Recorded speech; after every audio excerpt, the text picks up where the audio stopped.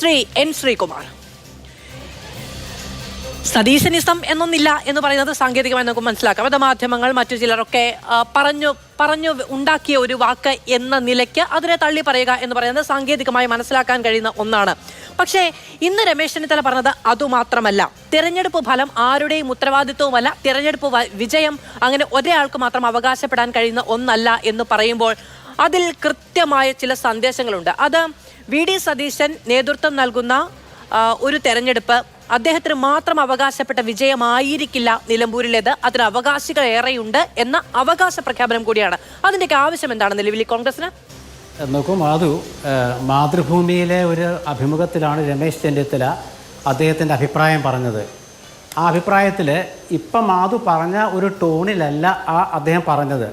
അതായത് ഒരു തെരഞ്ഞെടുപ്പിൽ ഞാനും തെരഞ്ഞെടുപ്പൊക്കെ നയിച്ചിട്ടുണ്ട്, അതിൽ വിജയവും പരാജയമൊക്കെ ഉണ്ടാവും, അതിൻ്റെ ഉത്തരവാദിത്വം അങ്ങനെ ഒരാളായിട്ട് ഏറ്റെടുക്കാറില്ല, അത് പൊതുവായിട്ട് എല്ലാവരും പ്രവർത്തിക്കുന്നുണ്ട് എന്നൊക്കെയാണ്. അതൊരു ചോദ്യത്തിനുള്ള ഉത്തരമാണ്, അത് നല്ല ഉത്തരം തന്നെയാണ്.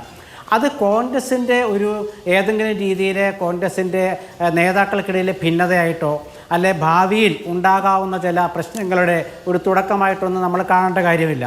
ഒരു ചോദ്യം ചോദിക്കുമ്പോൾ ആ ചോദ്യത്തിന് കൃത്യമായ ഉത്തരം പറയുക എന്നുള്ളത് കോൺഗ്രസിൻ്റെ നേതാക്കൾ ശീലിച്ചു പോന്നിട്ടുള്ള കാര്യമാണ്. അങ്ങനെ ശീലിച്ച ഒരു നേതാവാണ് രമേശ് ചെന്നിത്തല. അദ്ദേഹത്തോടെ ഈ നിലമ്പൂർ ഉപതെരഞ്ഞെടുപ്പ് കാലത്ത് വി.ഡി. സതീശൻ പറഞ്ഞ കാര്യം ചോദിച്ചപ്പോൾ അതങ്ങനെ ആരും ഒരാളായിട്ട് അതിൻ്റെ ഉത്തരവാദിത്തം ഏറ്റെടുക്കുന്ന ഒരു പരിപാടി കോൺഗ്രസിനില്ല. സതീശൻ അങ്ങനെ പറഞ്ഞിട്ടുണ്ടാവുക എന്തുകൊണ്ടായിരിക്കും? സതീശനോട് ചോദിച്ചു, ഈ തെരഞ്ഞെടുപ്പിൽ തോറ്റാൽ അതിൻ്റെ ഉത്തരവാദിത്തം താങ്കൾക്കാണോ എന്ന് ചോദിച്ചു. തോറ്റാൽ അതിൻ്റെ ഉത്തരവാദിത്തം എനിക്കാണെന്ന് അദ്ദേഹവും പറഞ്ഞു കാണും. അപ്പോൾ ഇതൊക്കെ ഈ രീതിയിലുള്ള ചർച്ചകളൊന്നും കൊണ്ട് കോൺഗ്രസ്സിൽ എന്തെങ്കിലും പ്രശ്നം ഉണ്ടാകും എന്ന് നമുക്ക് ധരിക്കാൻ പറ്റില്ല. കോൺഗ്രസ്സിൽ പ്രശ്നങ്ങളൊക്കെ ഉണ്ടെന്നുള്ള സത്യമാണ്, അതിപ്പം ഒളിച്ചു വെക്കാൻ പറ്റുന്ന കാര്യമൊന്നുമല്ല. ശശി തരൂരിൻ്റെ വിഷയത്തിൽ മാധു ഇപ്പോൾ തുടക്കത്തിൽ പറഞ്ഞതൊക്കെ ശരി തന്നെയാണ്. പക്ഷേ ഇപ്പോഴത്തെ നിലമ്പൂരിലത്തെ ഒരു കോൺഗ്രസിൻ്റെയും UDFിൻ്റെയും ഒരു ഗുണം എന്താണെന്ന് വെച്ചാൽ അവിടെ UDF ഘടകകക്ഷികൾ ഒന്നിച്ചിരുന്നു, കോൺഗ്രസിലെ എല്ലാ നേതാക്കളും ഒന്നിച്ചിരുന്നു. തെരഞ്ഞെടുപ്പിൻ്റെ ആ വോട്ടെടുപ്പ് ദിവസം ശശി തരൂരിൻ്റെ ഭാഗത്തു നിന്നുണ്ടായ ഒരു പരാമർശം ഒഴിച്ചാൽ അത് തെറ്റാണെന്ന് അദ്ദേഹത്തിന് തന്നെ പിന്നെ ബോധ്യപ്പെട്ട് കാണും. ഒഴിച്ചാൽ വളരെ കൃത്യമായിട്ടുള്ള ഒരു ഹോംവർക്കോടുകൂടിയാണ് അവിടെ UDF പ്രവർത്തിച്ചത്. അതുകൊണ്ടാണ് UDF അവിടെ അവരുടെ വോട്ടിൻ്റെ കണക്ക് 12,000 തൊട്ട് 15,000 തൊട്ട് 20,000 തൊട്ട് 25,000. രമേശ് ചെന്നിത്തലയെ നമ്മൾ അങ്ങനെ അണ്ടർ എസ്റ്റിമേറ്റ് ചെയ്യേണ്ട കാര്യമൊന്നുമില്ല. ഒരു മാധ്യമ പ്രവർത്തകൻ ഒരു ചോദ്യം ചോദിക്കുന്ന സമയത്ത് അത് എന്ത് ലക്ഷ്യമിട്ടുകൊണ്ടാണ്, അല്ലെങ്കിൽ ആ ചോദ്യത്തിന്റെ മുന്നേ എന്താണ്, അതിന് എന്ത് മറുപടി പറഞ്ഞാൽ അത് വാർത്തയാകും, എന്ത് മറുപടി പറഞ്ഞാൽ വിവാദമാകും എന്നൊക്കെ തിരിച്ചറിയാനുള്ള രാഷ്ട്രീയ ശീലമൊക്കെ അദ്ദേഹത്തിനുണ്ട്. അദ്ദേഹം അത്തരത്തിൽ മറുപടി പറഞ്ഞിട്ടുമുണ്ട്. പിന്നെ അവിടെ കൊണ്ടൊന്നും തീരുന്ന ഒന്നല്ല, ടോണൊക്കെ എല്ലാ സെന്റൻസിനും നമുക്ക് അപ്ലൈ ചെയ്യാൻ പറ്റുമെങ്കിൽ ഈ ഉമ്മൻചാണ്ടിയും ഞാനും 10-18 തെരഞ്ഞെടുപ്പുകളേക്ക് നേതൃത്വം നൽകിയിട്ടുണ്ട്. ഞങ്ങൾ ആരോടും പറയാറില്ല എന്ന് വെച്ചാൽ പറയുന്ന ചിലർ ഇപ്പോഴുണ്ട് എന്ന നിലയ്ക്കൊക്കെ അദ്ദേഹം സംസാരിക്കുമ്പോൾ അദ്ദേഹത്തിന് അറിയാം, ശ്രീ എൻ ശ്രീകുമാറിന് അറിയാം, അദ്ദേഹത്തിന് അറിയാം ഈ വാർത്തകൾ എങ്ങനെയാണ് വരിക എന്ന്, അദ്ദേഹത്തിന് അറിയാം ആ വാർത്തകൾ എങ്ങനെയാണ് റീഡ് ചെയ്യപ്പെടുക എന്നുള്ളത്, അദ്ദേഹത്തിന് അറിയാം ആ വാർത്തകളെ എങ്ങനെയാണ് ഭരണപക്ഷവും മറ്റുള്ളവരും കൈകാര്യം ചെയ്യുക എന്നുള്ളത്. അങ്ങനെ അറിവില്ലാത്തൊരു രാഷ്ട്രീയ പ്രവർത്തകനല്ല രമേശ് ചെന്നിത്തല. അല്ല, ഞാൻ പറഞ്ഞല്ലോ, നമ്മൾ ചോദ്യത്തിന് ഉത്തരമായിട്ട് പറയുമ്പോൾ ആ ഉത്തരത്തിൽ നിന്നും നമുക്ക് ഒരുപാട് കാര്യങ്ങൾ വ്യാഖ്യാനിച്ചെടുക്കാം. കാരണം അതാണല്ലോ പത്രപ്രവർത്തനവും രാഷ്ട്രീയ പ്രവർത്തനത്തിലൊക്കെ ഉള്ള ഗുണം അതാണ്. കാരണം നമ്മൾ ഒരു ചോദ്യം ചോദിക്കുമ്പോൾ ആ ഒരു ഉത്തരം കിട്ടും. ആ ഉത്തരത്തിൻ്റെ അർത്ഥം നമുക്ക് പല രീതിയിലെടുക്കാം. ഇപ്പോൾ മിനിയാന്ന് നിങ്ങളുടെ മാതൃഭൂമി ചാനലിൻ്റെ തന്നെ അഭിലാഷ് മോഹൻ അദ്ദേഹം MV ഗോവിന്ദനോട് ചോദിച്ചല്ലോ, അതായത് ഈ RSSനെ കുറിച്ച് പറഞ്ഞപ്പോൾ RSSുമായി സഹകരിച്ചിട്ടുണ്ട്, അപ്പോൾ അത് വിവാദമാകും എന്ന് പറഞ്ഞപ്പോൾ വിവാദമായിക്കോട്ടെ അതിനെന്താ എന്ന് പറയുമ്പോൾ അത് പിറ്റേന്ന് ഗോവിന്ദൻ മാഷ് നിരാകരിച്ചു. പക്ഷേ അത് ഗോവിന്ദൻ മാഷ് പറഞ്ഞ എന്താണെന്ന് നമ്മൾ മനസ്സിലാക്കിയത് പോലാണോ CPMന്റെ പ്രവർത്തകർ മനസ്സിലാക്കുക?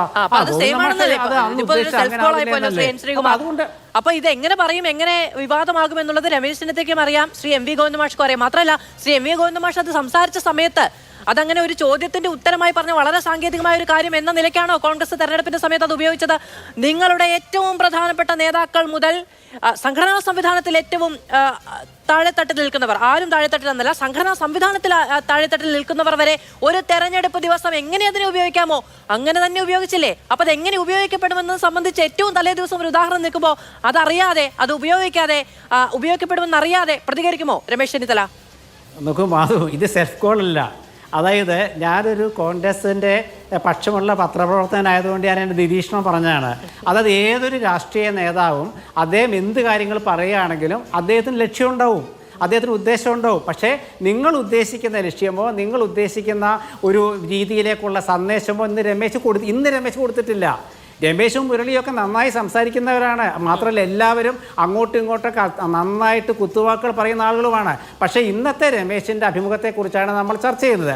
ആ അഭിമുഖത്തിൽ അദ്ദേഹം പറഞ്ഞ കാര്യങ്ങൾ ആൻസർ ടു ദ ക്വസ്റ്റ്യൻ, ആ ക്വസ്റ്റ്യൻ ഒരു ഉത്തരം പറയുമ്പോൾ നമുക്കെടുക്കാം.